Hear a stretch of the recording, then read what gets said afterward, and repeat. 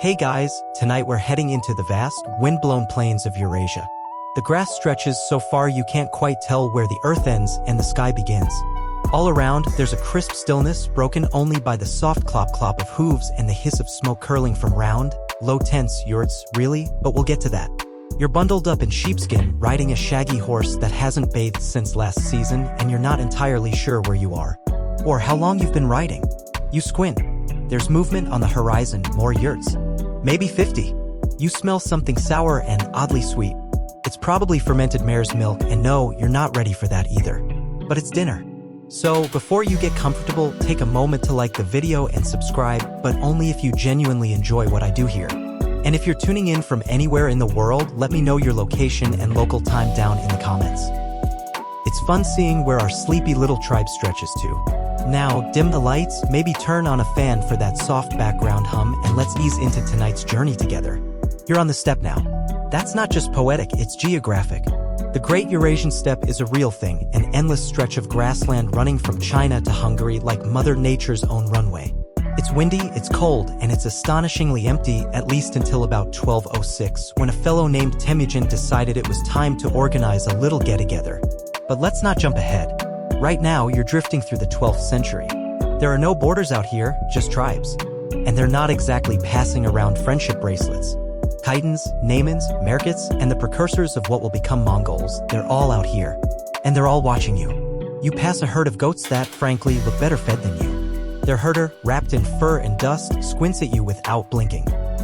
In the distance, a boy no older than 12 expertly guides a team of shaggy oxen pulling a cart stacked with, yes, more yurts. These people don't just live in tents. They are the tents. Every piece of their life folds up and moves with them. Now picture this, your entire house collapses into a few wooden beams, some felt made from sheep's wool, and leather cords. 2 camels can carry it. You could have a new address every week and your mother wouldn't even notice. That's the beauty of the yurt. No foundation, no plumbing, no Home Depot runs. Just efficiency and insulation. Mongol yurts, or jers in Mongolian, were round not because they were being quirky, but because it made them stronger against fierce winds. Plus, heat circulates better in circles. Science says so. Inside one, it's surprisingly cozy.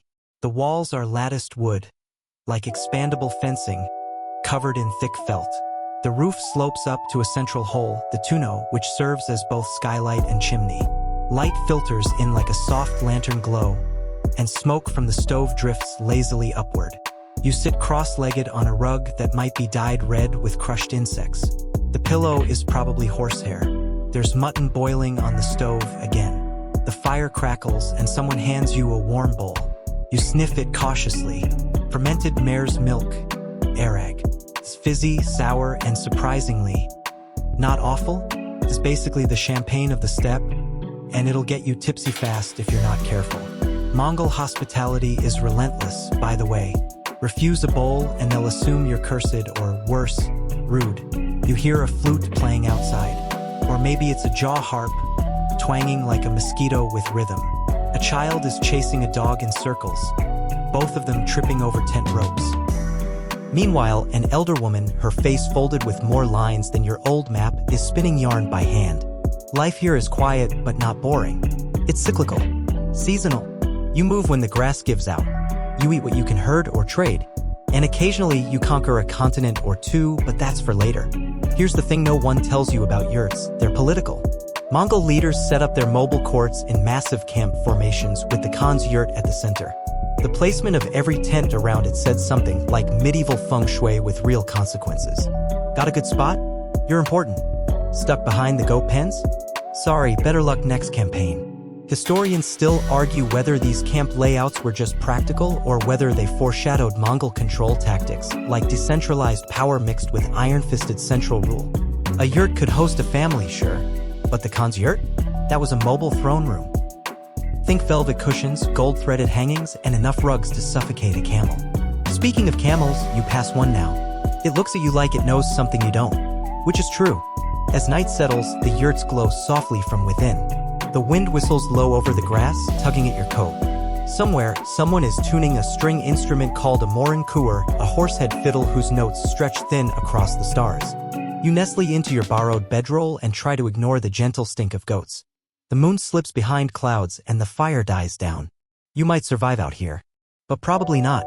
Still, you rest. Because tomorrow, the yurts are moving again. You wake to the sound of hooves. Not galloping, just the slow, rhythmic clomp of movement. The sun is barely up and already the steppe is stirring.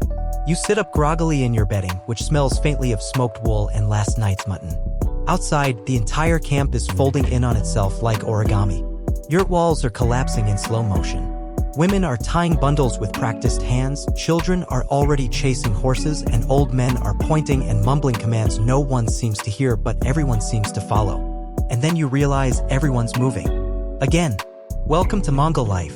The Mongols weren't just nomads. They were hypermobile, turbo-nomads with logistical skills that would make a modern military planner cry.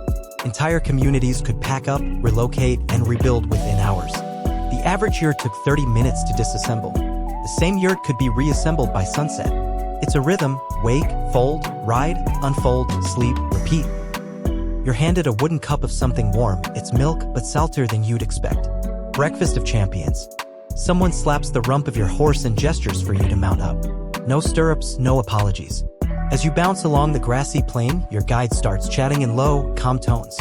You understand maybe 3 words, but the meaning is clear. You're going to see more yurts. And more Mongols. And probably a few goats who will glare at you like furry tax collectors. You're not just wandering aimlessly. The Mongols have purpose. These are not carefree tent dwellers roaming for the heck of it. They're deeply strategic about where they move, when, and why. Seasonal migrations are like clockwork. Summer pastures near rivers. Winter camps tucked into low valleys, protected from the wind. Everything is calculated. And that includes war. See, Mongol military success wasn't just about speed or brute strength. It was also about being able to take your home with you. Other armies had to haul supply wagons. The Mongols were the wagons. Food, weapons, even family members moved with the fighters. Picture your in-laws following you into battle, but with better horsemanship. By now, you've noticed the horses. Mongol horses are small, shaggy, and tougher than a boiled boot. They survive on dry grass and spite. Each warrior had several. Ride one, rest one, use one for milk, and one just in case your main horse suddenly develops opinions. And the saddle? It's wooden. Not because they were cheap, but because it kept posture straight for archery on horseback. You try for 5 minutes and your spine starts negotiating with your knees. There's a woman next to you, riding side saddle while breastfeeding a baby who, frankly, looks tougher than you. She glances your way and gives a half smile as if to say you'll toughen up eventually. Or not. Even the kids are miniature horse lords. By age 3, they can ride. By age 5, they're herding sheep. By 10, they can hit a pine cone at full gallop with about half their height. What were you doing at 10? Probably playing with rocks and complaining about broccoli. You stop near a stream. The yurts are going up again. But now, the layout feels familiar, almost comforting. There's a rhythm to it. The Khan's yurt in the center. His brothers nearby. Trusted generals to the left. Religious advisors to the right. That one guy who talks too much? He's by the latrines. Historians still debate just how formalized these layouts were. Some argue they followed strict tribal hierarchies. Others think they were more flexible, adapting to the terrain. Either way, they weren't random. These spatial choices echoed Mongol values: loyalty, function, and a quiet sort of pride. Status was shown by position, not flashy architecture. After all, everyone's house folded the same way. You duck into a nearly finished yurt. The air inside is warm, the felt walls thick against the wind. There's a painted chest in one corner, a tea kettle already hissing, and a saddle hanging like a sacred heirloom. These homes weren't just practical, they were emotional. A yurt could be your birthplace, your office, your shelter in a blizzard, and your sanctuary after war. And if you died, it might become your tomb. Outside, someone is telling a story. You hear the words blue wolf and white doe, origin myths about Genghis Khan's ancestors. The Mongols loved stories. Not written ones, spoken, sung, woven into lullabies and jokes. A good tale was worth more than a horse, especially if it made you laugh or cry. Or ideally both. You lie back on a fur-lined blanket. The roof hole above you frames the sky perfectly. Today it's blue, like polished steel. A few clouds drift lazily by. Somewhere, a sheep sneezes. You're dozing now, but before you drift off, your guide leans in and whispers a sentence you finally understand. The land is wide, but the home is round. And in that moment, it makes perfect sense. The next time you wake, it's not to hooves, but to humming. A soft, low vibration like someone humming through their chest. At first, you think it's a dream or maybe indigestion from last night's salted yak butter. But then it deepens. The hum turns into a growl and then, words. Sort of. You peek out from your yurt, blinking against the early light.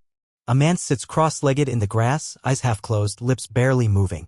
He's throat singing a practice called kumiai. Mongol overtone singing isn't just sound. It's vibration, air, and earth all rolled into one eerie, hypnotic performance. One person. Two notes. It sounds like a didgeridoo falling in love with a cello. You try copying it. You sound like a hiccuping frog. A child nearby giggles. Life in the yurt camp has settled again. Smoke drifts lazily from rooftop chimneys. Horses graze without urgency. There's no rush today. The Mongols didn't gallop everywhere just for fun. When not at war or migrating, life was surprisingly peaceful and refreshingly slow. This particular camp is special. It's close to the Altai Mountains, the traditional summer grounds. The grass is green, the air crisp.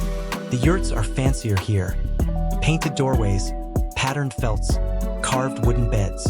You notice some yurts are double-walled for insulation. Others have solar panels made from, just kidding, Still 1208. Still, you spot innovation.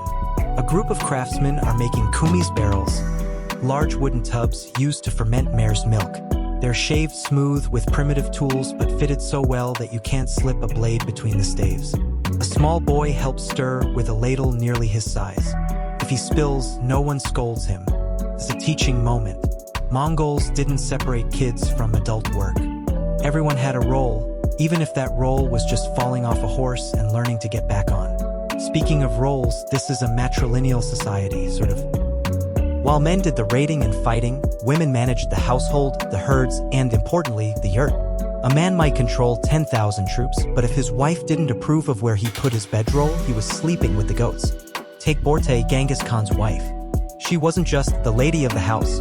She helped manage his court, advised on diplomatic matters, and sometimes ruled in his absence. Historians still argue whether Mongol women were exceptionally free or just relatively freer than their medieval peers. But here's one fact: Mongol women could own property, initiate divorce, and ride into battle. Try fitting that into your average medieval fairy tale.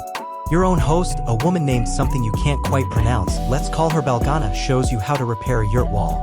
It involves rawhide ties, elbow grease, and more patience than you currently possess. She doesn't mock you, but the goats might. She offers you a piece of dried meat, probably mutton. It's tougher than a math test and just as dry. You chew politely while watching a man across the way teach a boy how to string a bow. The bow is small, curved backward, made from wood, horn, and sinew. It can shoot farther than most European longbows with terrifying accuracy. And it's designed to be fired from horseback. Backwards. Yes, backwards.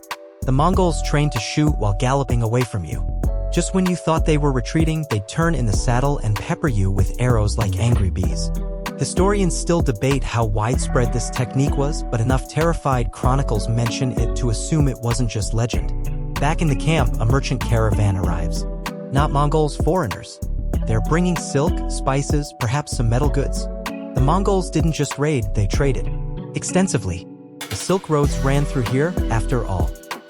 And while Mongols were famously mobile, they were also surprisingly connected.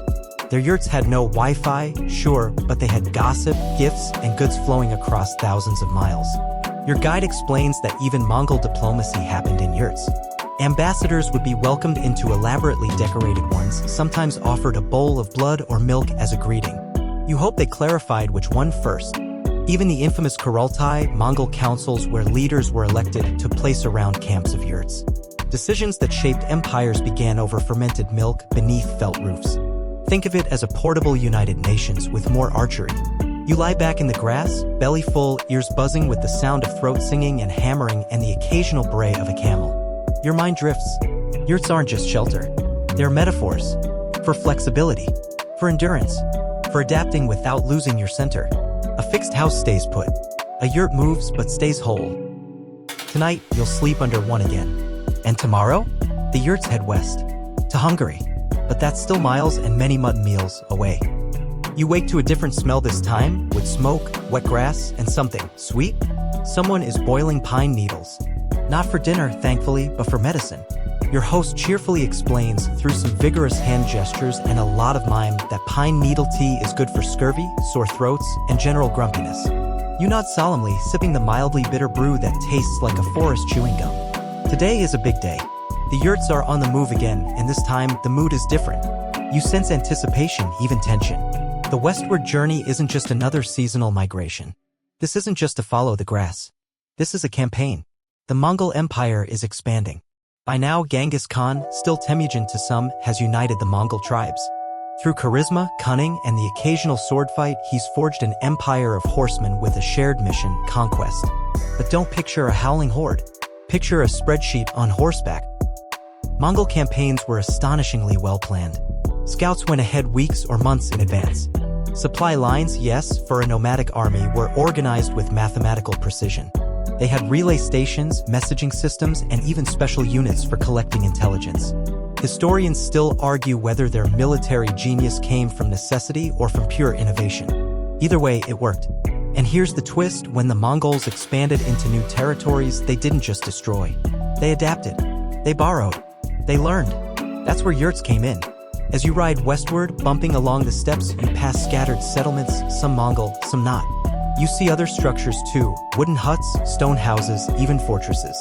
But still, the yurt persists. It's not just stubborn tradition. It's function. Yurts work. They hold heat in winter. They stay cool in summer.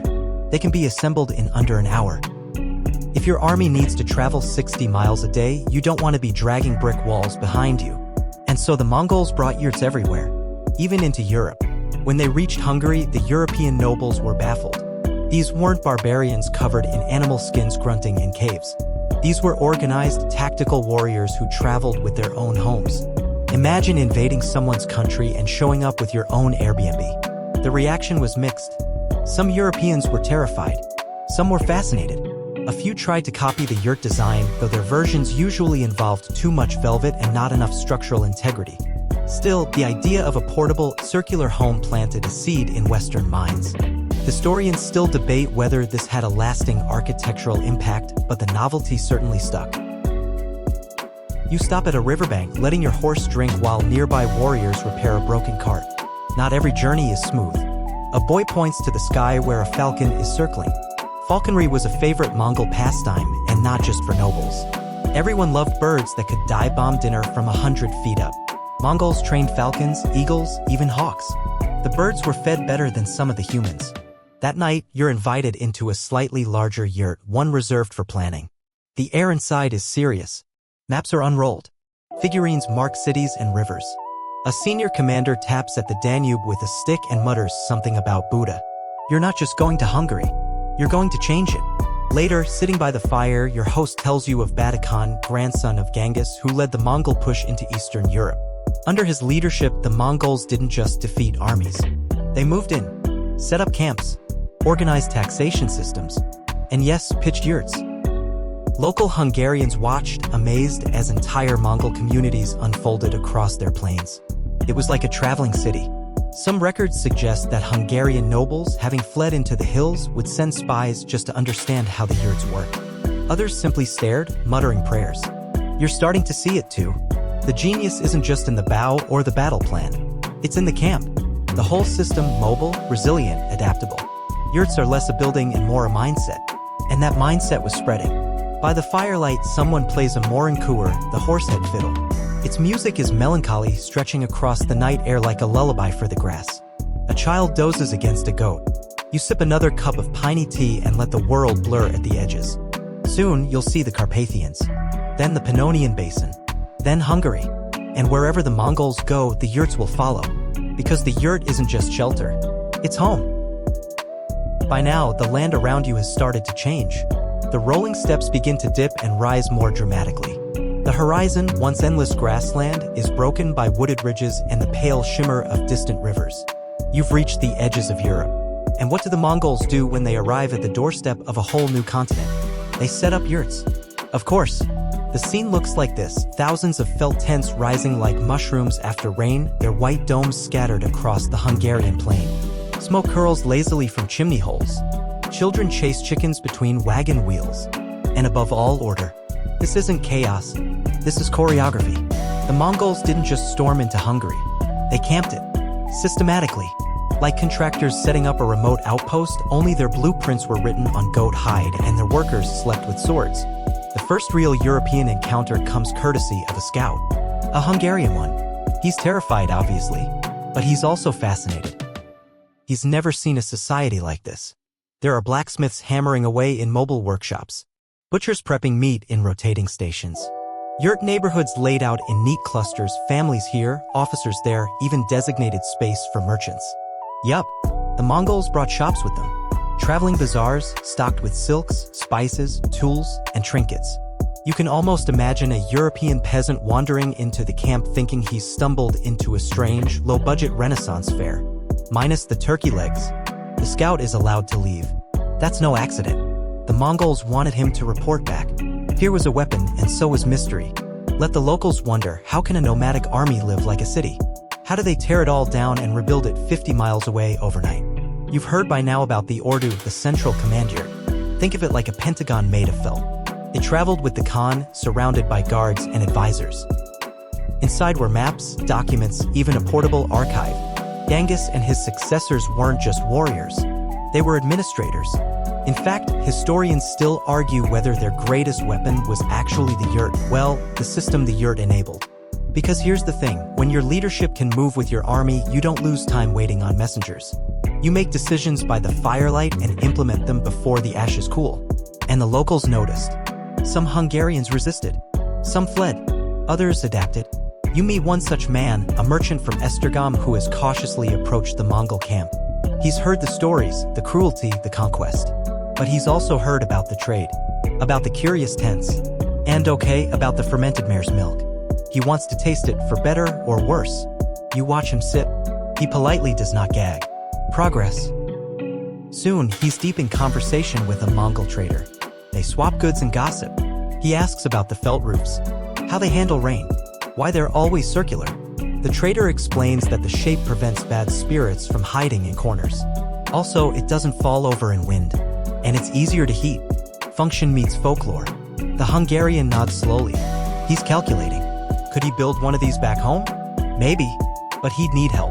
And that's how the idea begins. You see, the Mongols didn't come to Hungary to stay, not exactly.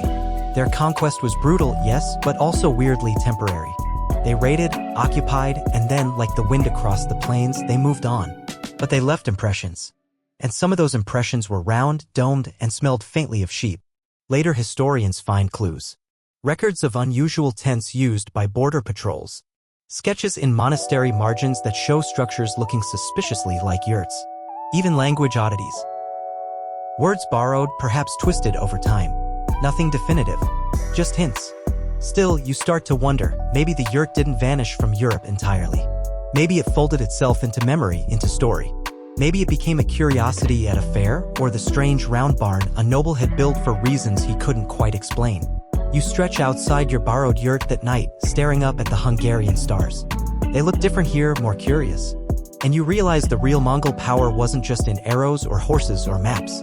It was in the idea of the portable world, of moving your life, your leadership, your community without losing structure. In the distance, you hear someone laughing inside a yurt. You catch snatches of two languages, Mongolian and something local, merging in the shared joy of a story. Maybe a joke about goat theft. Maybe a toast to strange bedfellows. You smile, not understanding the words but feeling the meaning. And you wonder, when the yurts leave Hungary, what will they carry back? And what will they leave behind? By now, you've settled into yurt life. You wake with the sunrise filtering through the smoke hole above you, stretch on a surprisingly comfortable bedroll of layered felt, and stumble out to find breakfast, usually dried meat, around a flatbread, and something sour that might be yogurt or might be an alchemical experiment. It's oddly comforting. The camp has expanded. New yurts dot the horizon, each perfectly aligned in invisible rows. From above, this would look like a wandering constellation, stars made of wool and willpower. The Mongols aren't just passing through Hungary. They're engraving themselves into the land. And yet, they remain entirely portable.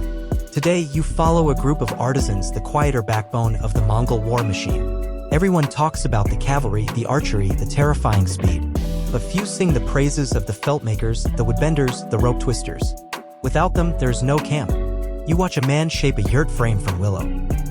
His hands move like he's playing an instrument. The frame folds like a fan, each slat tied with horsehair rope. Another woman tightens felt across the skeleton, sealing it with a clever seam that's both waterproof and windproof. You touch it, it's warm from the sun, soft like an old sweater.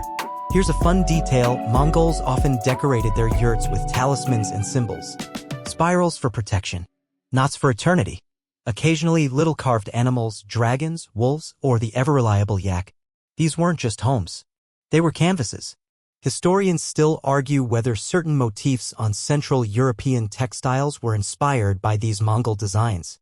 It's speculative, yes, but compelling. Some Hungarian embroidery styles show swirling motifs and felt like layering that whisper of Eastern hands. The yurt itself, too, leaves clues. While it never overtakes European architecture, too alien, too curved, it lingers in unexpected places. Circular shepherd huts, strange rotundas in Transylvanian hill towns. Even some temporary festival tents bear more than a passing resemblance. Not proof, perhaps, but echoes. In the camp, there's excitement. Batukan himself is rumored to be nearby. You don't meet him, of course, you're not nearly important enough for that. But his presence is felt like weather. The yurts around his command center are taller, cleaner, and have brighter flags fluttering in the breeze. You learn something else. Status shows in subtle ways. More layers of felt, a sturdier doorframe, maybe a fancier stove. But still, it's a yurt. No stone towers, no marble pillars. Even the khans sleep under wool. And this uniformity is intentional. Mongol culture prized mobility, yes, but also a kind of communal humility. Even the great leaders weren't supposed to wall themselves off from their people. Power moved with the tent, not above it. This idea that leadership should live among its followers isn't just practical. It's radical, especially in medieval Europe where kings sat in castles behind moats of taxes and ceremony. Here, the commander's voice can be heard across the fire pit. His orders shouted without echo. You walk among soldiers, craftsmen, cooks, and translators. Languages swirl around you: Turkic, Slavic, Persian, Chinese. The Mongol camp is a linguistic stew, and everyone seems to understand at least enough of each other to trade, to joke, to argue.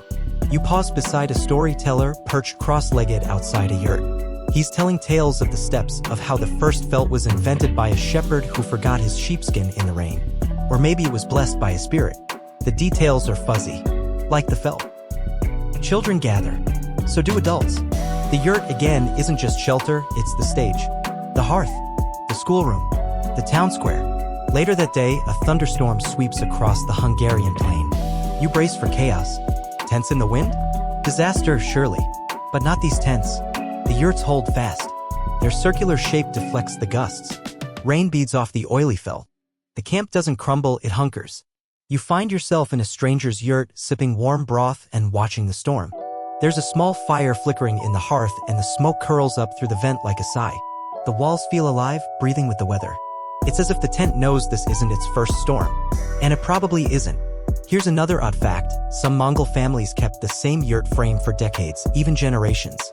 The wood might warp slightly, the felt get replaced, but the skeleton, the lattice of their lives, remained. It's easy to romanticize this. You start to feel nostalgic for a way of life you've only just joined. But then your host snores loudly beside you and a goat tries to chew your sleeve, and reality reasserts itself. Still, something's changing. Not just in you, but in the land. Hungary is absorbing traces of the yurt. And the yurt is absorbing Hungary. Cultures don't collide. They entangle. By now, you've settled into yurt life. You wake with the sunrise filtering through the smoke hole above you, stretch on a surprisingly comfortable bedroll of layered felt, and stumble out to find breakfast, usually dried meat, around a flatbread, and something sour that might be yogurt or might be an alchemical experiment. It's oddly comforting.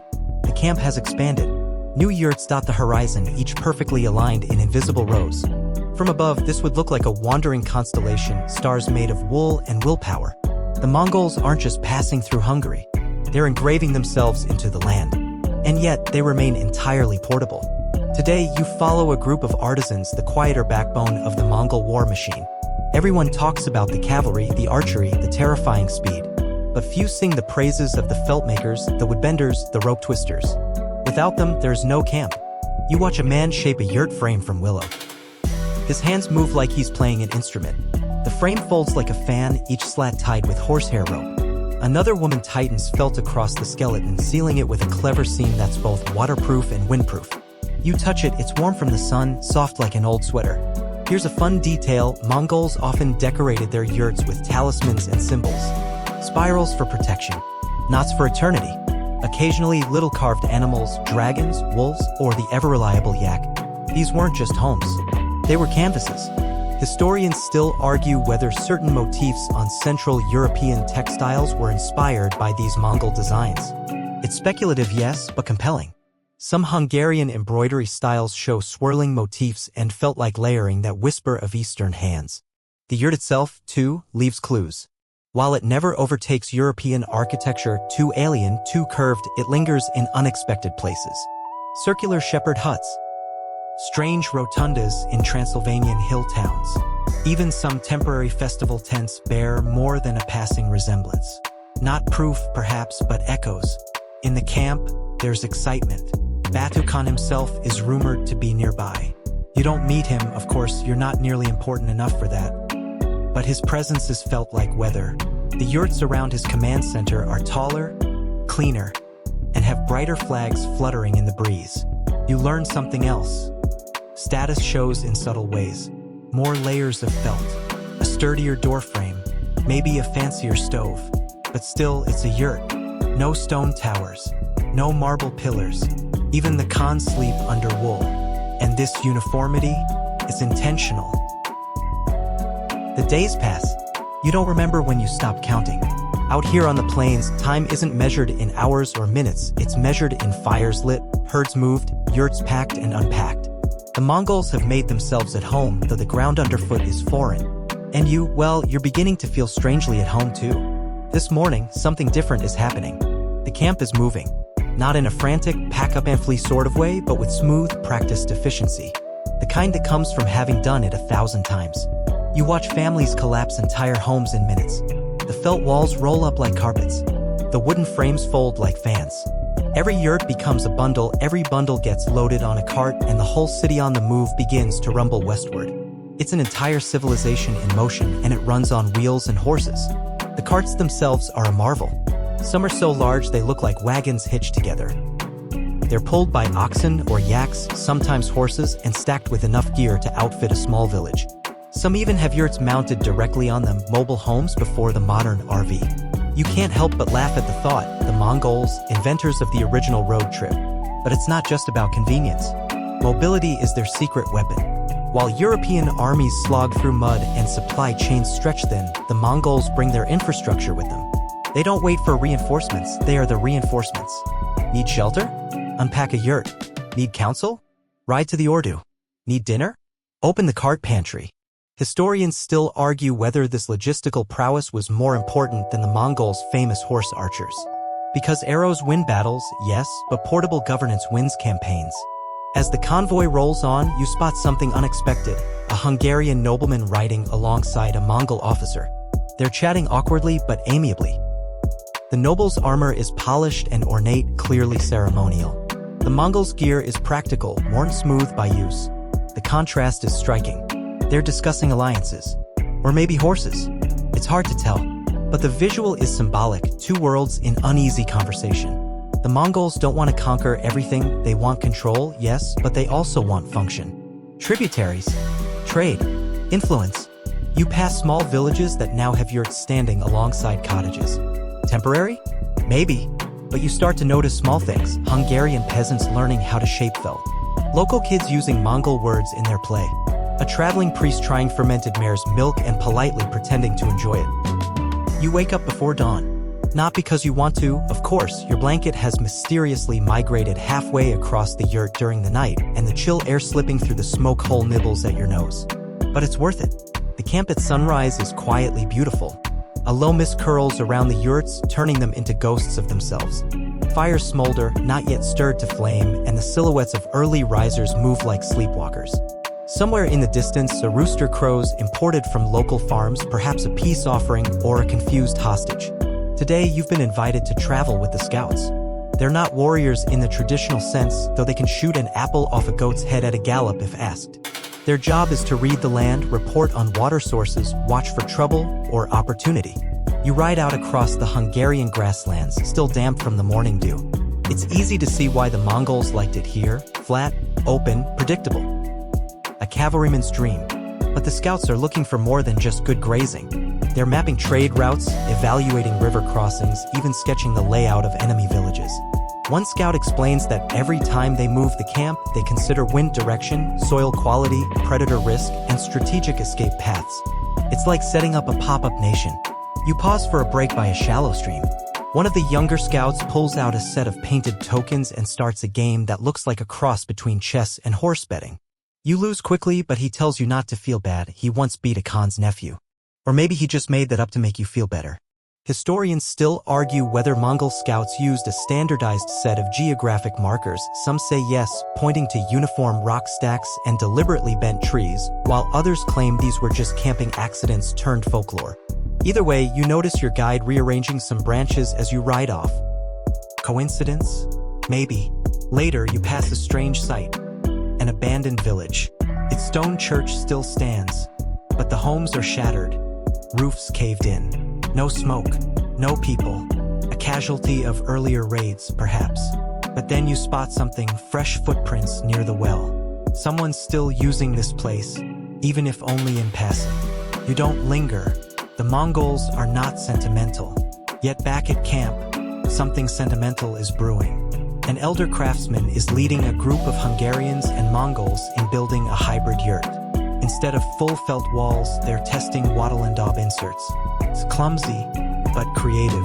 The result looks like a mushroom that married a bakery oven. But everyone applauds. Why? Because it stands. And in Mongol terms, if it stands, it's home. Another experiment unfolds nearby, a yurt kitchen tent styled after a European bakery. There's flour everywhere, someone's crying over yeast, and a Mongol warrior accidentally mistakes a pie for a ceremonial offering. It's chaos, but it smells amazing. You sample a pastry that tastes suspiciously like a dumpling tried to become a croissant. It's confusing. It's delicious. You eat too. This blending isn't just culinary. You start to see it in clothing: Hungarian sashes paired with Mongol boots. In music, flutes weaving into throat singing. Even in gossip. The camp now buzzes with rumors that a local noblewoman and a Mongol officer are exchanging horses, which is apparently code for something romantic. The camp doesn't just absorb, it reflects. Like a mirror tent made of stitched-together cultures. At sunset, you walk through the outer circle of yurts and find a quiet spot to sit. A shepherd, probably local, joins you. He says nothing for a long while, then finally mutters, "Didn't think I'd be sharing soup with the people who burned my neighbor's barn." You don't respond. What can you say? But after a moment, he adds, "They fixed our bridge last week. Did it in a day. Even added a rail." History rarely moves in straight lines. Sometimes it zigs. Other times it pitches a yurt and waits. The Mongol camp is humming with activity. It's not the usual day-to-day hum either. This is more like a low, anticipatory buzz, like the pause before a theatrical curtain rises or the stillness before a storm. You wander through the yurt-ringed maze, picking up snatches of hushed conversation and hurried preparation. You ask around. Apparently, something important is happening. A local delegation is arriving. That might not sound like much until you realize it's a full caravan of Hungarian nobles, clergy, and merchants, and they're here as guests, not prisoners.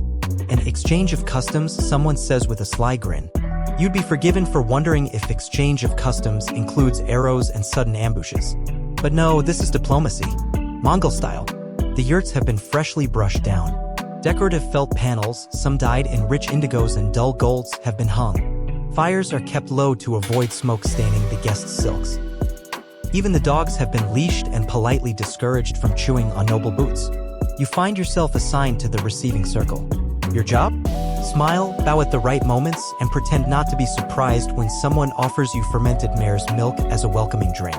The delegation arrives with predictable pomp, wagons, plumes, and too much perfume. The Mongols respond by doing the exact opposite: simple tunics, quiet respect, one banner flapping lazily in the breeze. The contrast is almost comedic. One noble, a rotund man with a sun-reddened face and a beard like a misplaced wig, dismounts with difficulty and mutters, "Do they really live in those things?" You glance at the nearest yurt, which is bigger, warmer, and sturdier than his entire carriage. Yes, sir. Yes, they do. The real spectacle isn't in the pageantry, it's in the feast. A long table is set low to the ground with cushions for seating. There's meat roasted over open flames, dumplings with mystery fillings, sour milk soup, honey flatbreads, and something described only as spiced yak pudding, which turns out to be better than it sounds.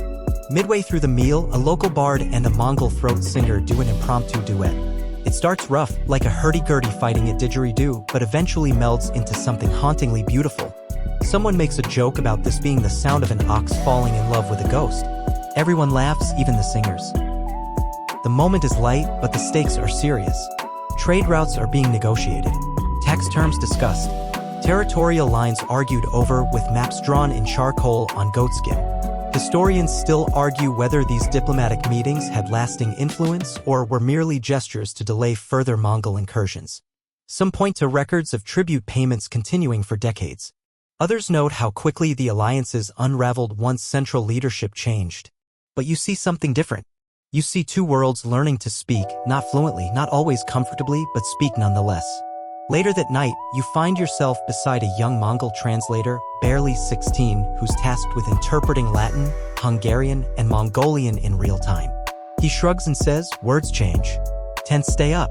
Wise beyond his years, or just tired of noble arguments about cattle tax. Before bed, you overhear one noble saying he might try building a yurt on his estate for hunting season. His aide nods gravely, as if yurts are the new gold-plated gazebo. You smile. Maybe they're not quite getting the point, but they're closer than they were yesterday. As the camp settles into sleep, you pass through rows of tents that now house guests and hosts alike. You hear snoring in both Mongolian and Hungarian frequencies. A baby cries in one language, is comforted in another. Outside, under a sliver of moon, two guards from opposite cultures stand watch, side by side, yawning in perfect unison. You wake to the smell of boiled onions and the low murmur of Mongol chants echoing across the plain. Today is rest day, not a lazy hammock and pineapple sort of rest, more like a pause in movement. Horses are still being fed, yurts maintained, and armor polished. But the camp isn't relocating. For once, you're staying put. It's oddly unsettling. You've grown used to the rhythm of travel. Dismantling yurts at dawn, the sound of hooves crunching frost, the odd comfort of impermanence. Stillness feels loud, so you take a walk. Outside the camp, you find a small patch of rough-hewn graves, some marked by simple stones, others with wooden totems or worn-out tools. A burial site for those who didn't make it through the campaign, Mongols and locals alike. One grave has a toy bow tucked beside it. You pause, then move on. Back at camp, you're ushered toward a storytelling circle.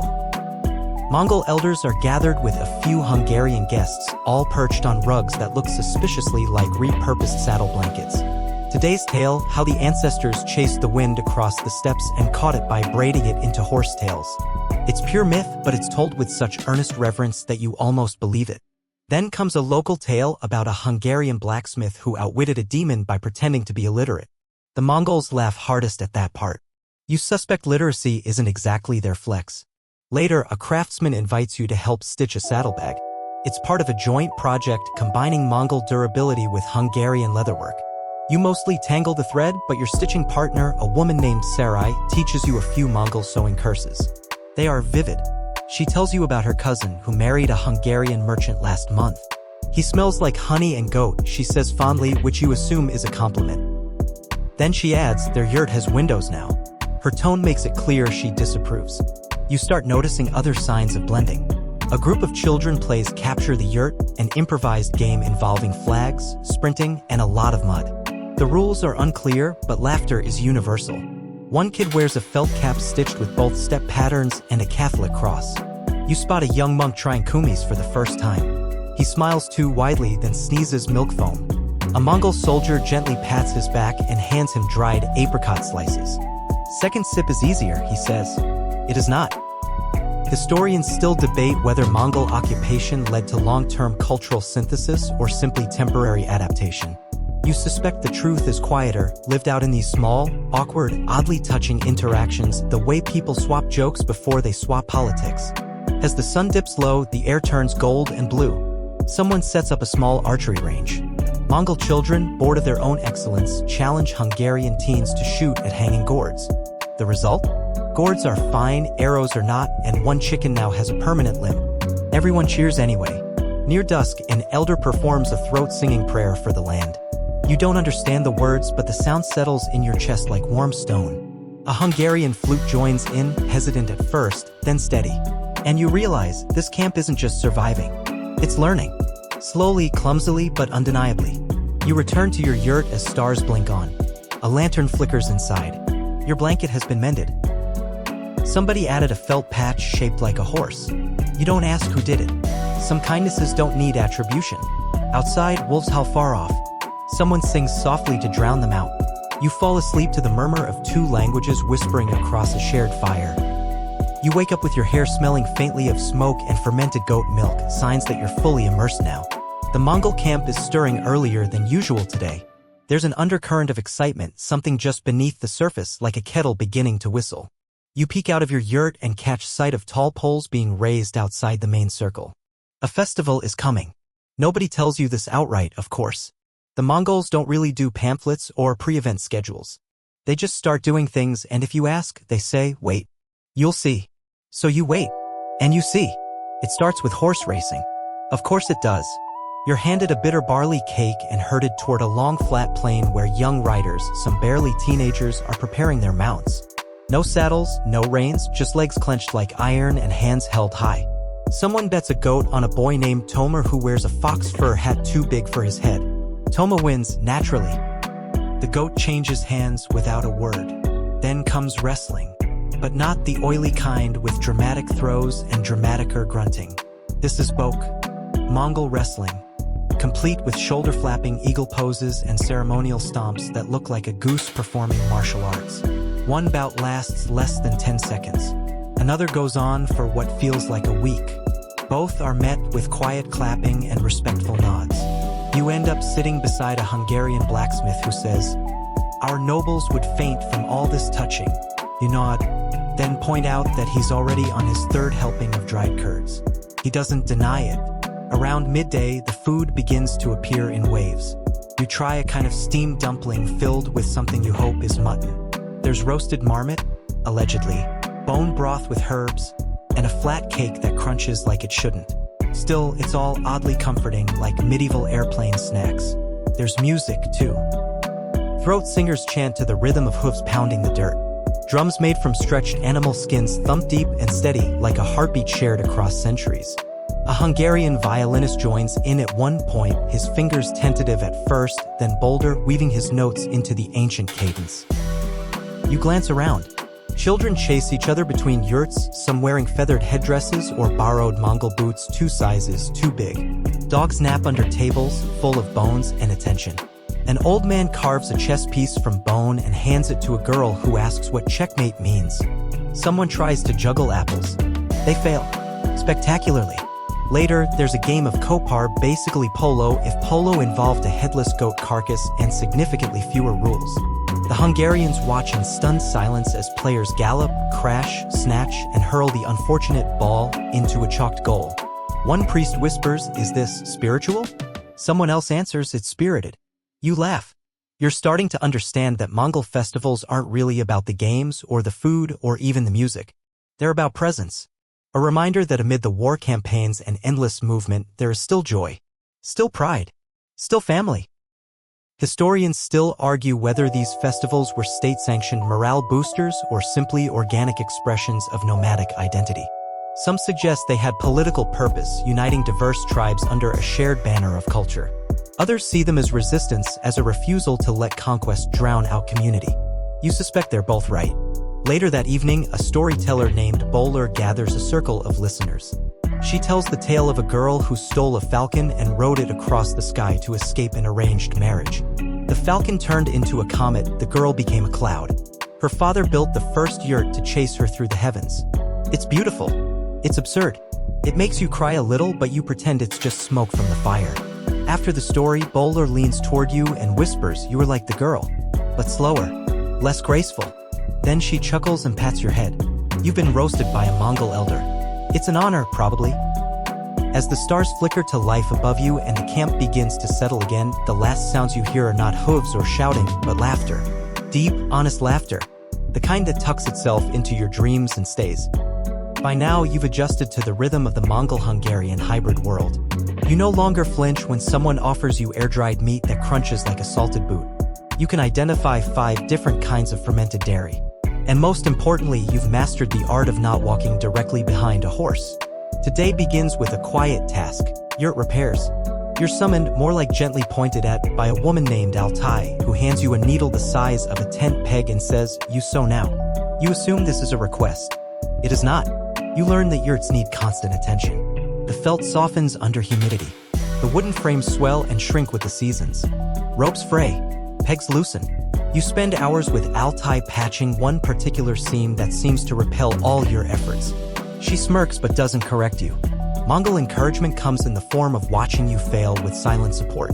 Afterward, you're rewarded with warm milk tea and something called fat bread. It lives up to its name. As you sip, Altai talks. She tells you about her father, who was born in what's now northern China.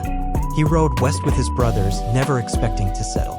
But after reaching Hungary, he said the grass smelled like home, but without the sand in your socks. He stayed, married, built a yurt, called it luck. There's a wistfulness in her voice that doesn't quite reach sorrow. Just memory. Later, you're invited to a council discussion. This isn't some grand, throne-laden scene with dramatic toasts. It's a bunch of leaders sitting cross-legged under a shared awning, sipping broth and quietly arguing in at least 3 languages. The topic? Wood. Specifically, who gets how many trees from a nearby forest and whether the locals or Mongols should be responsible for replanting. Someone makes a joke about planting yaks instead. It gets a bigger laugh than you expected. And here's the surprise, decisions are made by consensus. It's slow, but it's gentle. Arguments rise, pause, rephrase. No one shouts. You hear phrases like, "May your tongue find peace," and "Let your goat sleep without fleas." It's the diplomatic equivalent of a group hug made out of metaphors. Historians still puzzle over the adaptability of the Mongol administrative model. Some argue that it was strictly top-down orders from the Khan enforced with terrifying efficiency. Others point to evidence, like this council, that suggests remarkable flexibility, especially when integrating into settled regions. You begin to suspect both models existed at once. Top-down where needed, bottom-up where possible. Like a bow that bends but doesn't snap. After the council, a Hungarian noble named István invites you to see his latest innovation. You expect a trebuchet. Instead, it's a yurt with glass windows. He's clearly proud. The Mongols, less so. This not yurt, someone mutters. This fragile tent full of regrets. István doesn't mind. It lets in the moonlight, he says, poetic and completely sincere. You try to see it his way. The moonlight does make the rugs glow in soft patterns, like frost spreading across a lake. Maybe he's onto something. That night, a storm rolls in from the east. Thunder low and moody, rain slicing sideways across the plain. The yurts sway slightly but hold.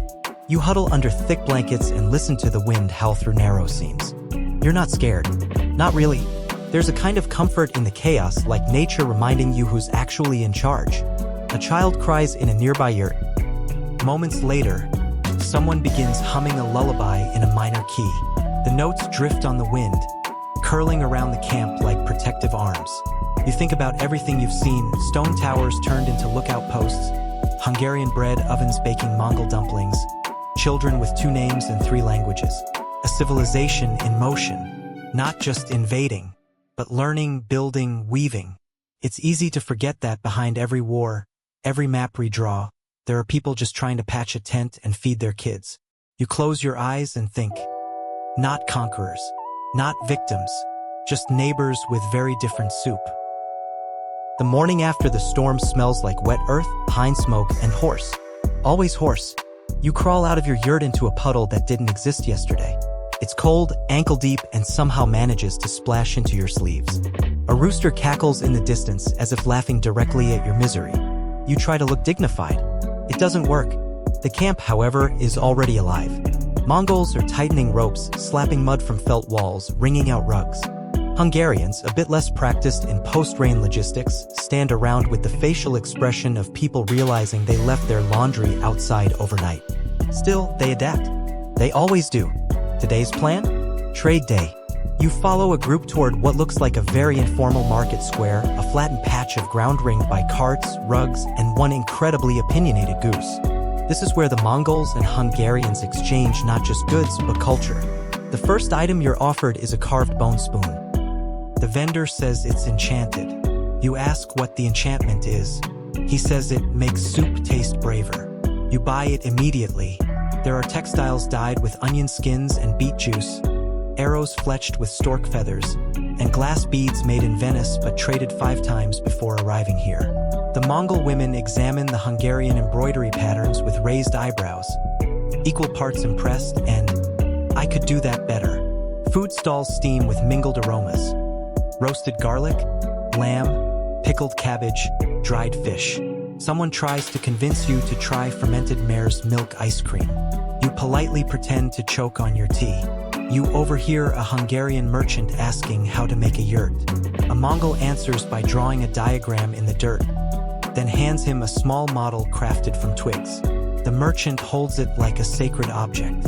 Later, you see him trying to explain the magic circle of airflow to 2 skeptical carpenters. Historians often overlook these moments. The micro-exchanges that don't make it into battle reports or royal decrees. But this is where civilizations truly meet. Not at sword point, but over slightly burned dumplings and barter debates about sheep wool density. A teenage girl named Erden shows you a pouch of Hungarian coins she uses to decorate her sash. They jingle better than the old ones, she says, spinning in place. You ask her what language she dreams in. She shrugs. Depends who I argue with in the dream. You try not to look too moved by that. Near the center of the market, an old Hungarian apothecary and a Mongol herbalist sit side by side, squinting at each other's concoctions. One offers dried poppy heads. The other counters with powdered marehoof. They sniff, taste, mutter, nod, trade. There's a long pause. Then laughter.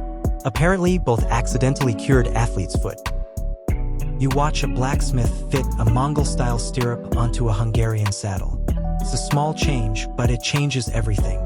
Better control, more speed, less falling off during battle, which everyone agrees is ideal. You remember reading once that the stirrup helped build empires. That feels less abstract now. Historians still argue whether these cross-cultural innovations were accidental or strategic. Did the Mongols encourage hybridization to stabilize rule? Or did it simply happen, like rain falling on both yurts and stone houses alike? You think back to the storm last night. The wind didn't choose sides. As the sun arcs overhead, a juggler begins tossing apples. Yes, again. But this time he succeeds. People cheer. Children clap. Someone gives him a fresh pair as a reward, which he immediately drops. There's music, but it's softer today. Flutes and 2-string fiddles hum like bees on a breeze. You sit under a tree and listen to a song in a language you don't know, and yet it feels familiar, like something you once overheard in a dream and forgot. A child plops down beside you and starts drawing a map in the dirt. You recognize neither the names nor the shapes. But there, in the middle, is a round tent. Next to it, a spiky castle. And between them, a smiley face. That about sums it up. You lean back and watch the clouds roll west toward the edge of the strange, shared world. Not Mongol. Not Hungarian. Just something new. Later that week, you're invited, well, sort of wrangled, into helping prepare for a dual celebration, a Mongol lunar feast and a Hungarian harvest day, falling, by accident or cosmic design, on the same moonlit evening. You're handed a job. You don't know what it is, but someone pushes a basket into your arms and gestures toward the fields. You assume this is your task. Turns out you're on turnip duty. You dig. You pull. You trip over a chicken that wasn't even there 2 seconds ago. But by mid-afternoon, you've gathered more root vegetables than any human should be near. You're proud. Dirty. Slightly bruised. As you return to camp, the transformation is already underway. Yurts have been freshly brushed. That's not a joke, they use stiff straw brooms to flick off dust like yurt hairdressers. Ribbons, Hungarian and Mongol, flutter from rope lines. A whole lamb turns slowly over a spit. Someone's playing a lute-like instrument and softly singing about the moon stealing socks. Or maybe love. Hard to tell. The night feels ceremonial. The elders gather first, sitting in a broad half-circle. Behind them, younger generations hover, half watching, half chasing each other with dried wheat stalks. Lanterns made from thin horsehide glow golden orange, swaying with every wind gust. The feast begins. Platters arrive, sour soups, buttery grains, skewered meats, roasted root vegetables. You recognize your turnips with great satisfaction. A new invention, a kind of dumpling stuffed bread, is met with skeptical chewing, then approving nods. You sit between Altai and Istvan. They clink mugs, fermented mare's milk for her, sweet mulberry wine for him. To strange friends in strange lands, Istvan says. Altai translates, then adds, and to tents that never fall. It's a toast that somehow means more than it sounds. Partway through the meal, a storyteller stands. She's Mongol, but her tale is bilingual. Switching between languages with the ease of someone who's done this 1,000 times. She speaks of a mythical yurt that rolled across mountains on its own, choosing where to settle. The message: you don't always find home. Sometimes, home finds you. You notice something strange. Hungarian and Mongol children laugh at the same jokes. Not politely, genuinely. They know the rhythms, the punchlines. Their laughter overlaps like threads in a tapestry. This is no accident. Historians still argue whether Mongol integration in Hungary was sustainable or a brief phase before full retreat. But looking around tonight, the lines blur. Not just culturally, but emotionally. People don't seem conquered. They seem in conversation. Near the edge of camp, two musicians, one with a Mongol Morin Kur, one with a Hungarian cymbalum, try to harmonize. It's a mess. It's beautiful. It's what history never quite captures. Later, there's a dance. Not one dance. A mash of footwork and spinning and unspoken negotiations over tempo. You're dragged into it, naturally. Your coordination is questioned. Your enthusiasm is not. You spin. You sweat. You survive. And then, just as the moon reaches its peak, a quiet falls. Altai walks to the center of the camp and unrolls a bundle. Inside, a single, worn saddle. Cracked leather, soft from use, marked with faint symbols. This, she says, belonged to my grandmother. She rode west with it. Never replaced it. Said it already knew the way. No one speaks. She sets it upright on a wooden frame. Like a monument. Not to conquest, but to the act of arriving. You sit by the fire long after the food is gone and the dancing stops. Someone brings you a blanket.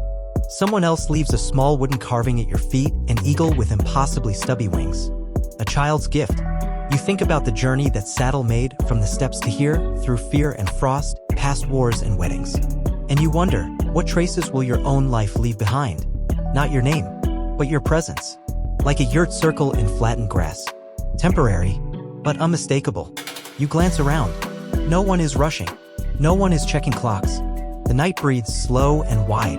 There's still laughter. Still the clink of mugs. Still quiet stories being told in corners. And somewhere, on the wind, the echo of hooves heading west. The last days in the camp have a strange softness. You wake without urgency, wrapped in the familiar sense of smoke and horse and something that might be hope. The Mongol yurts seem less like foreign things now and more like old friends. You notice the way the fabric filters morning light, casting soft golden hues on sleeping faces. The Hungarian stone houses, too, seem less imposing, more like neighbors politely asking for a cup of tea. You spend hours wandering the borderlands where the two worlds meet, fields where Mongol horses graze beside Hungarian cattle, children with braided hair speaking a curious blend of words, and elders sitting in the shade sharing stories neither wholly theirs. Today, you find yourself sitting with Altai again, this time under a sprawling oak tree. She hands you a cup of fermented mare's milk, which you sip carefully, reminded that this is a taste you've grown to appreciate or at least tolerate.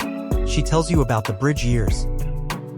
That murky time when identities blurred, alliances shifted, and the future seemed as uncertain as the wind. Mongols who once raided villages now traded with them. Hungarians who once feared the yurts now sought their wisdom. You reflect on the word hybridity, often tossed around by scholars who debate whether these cultural blends were forced or embraced. You think it's less about choice and more about survival, the human ability to adapt like a river changing course, carving new paths without losing its flow. The camp feels alive with stories, many never written down. You hear whispered legends of a Hungarian horseman who learned Mongol archery and a Mongol woman who adopted Hungarian weaving patterns. These small acts ripple through generations like gentle waves. Historians continue to discuss the legacy of the Mongol presence in Hungary. Was it a brief interruption or a lasting influence? You begin to see it as neither, but as a moment of profound intersection where two worlds touched, tangled, and transformed each other quietly. As twilight falls, the camp gathers for one last shared meal. The food is familiar yet new, a blend of recipes, spices, and hands from both cultures. You notice smiles exchanged over bowls, eyes reflecting a mutual respect forged in this shared space. The fire burns low, embers glowing like tiny stars fallen to earth. Conversations slow. Someone begins to hum a lullaby that feels both Mongol and Hungarian, old and timeless.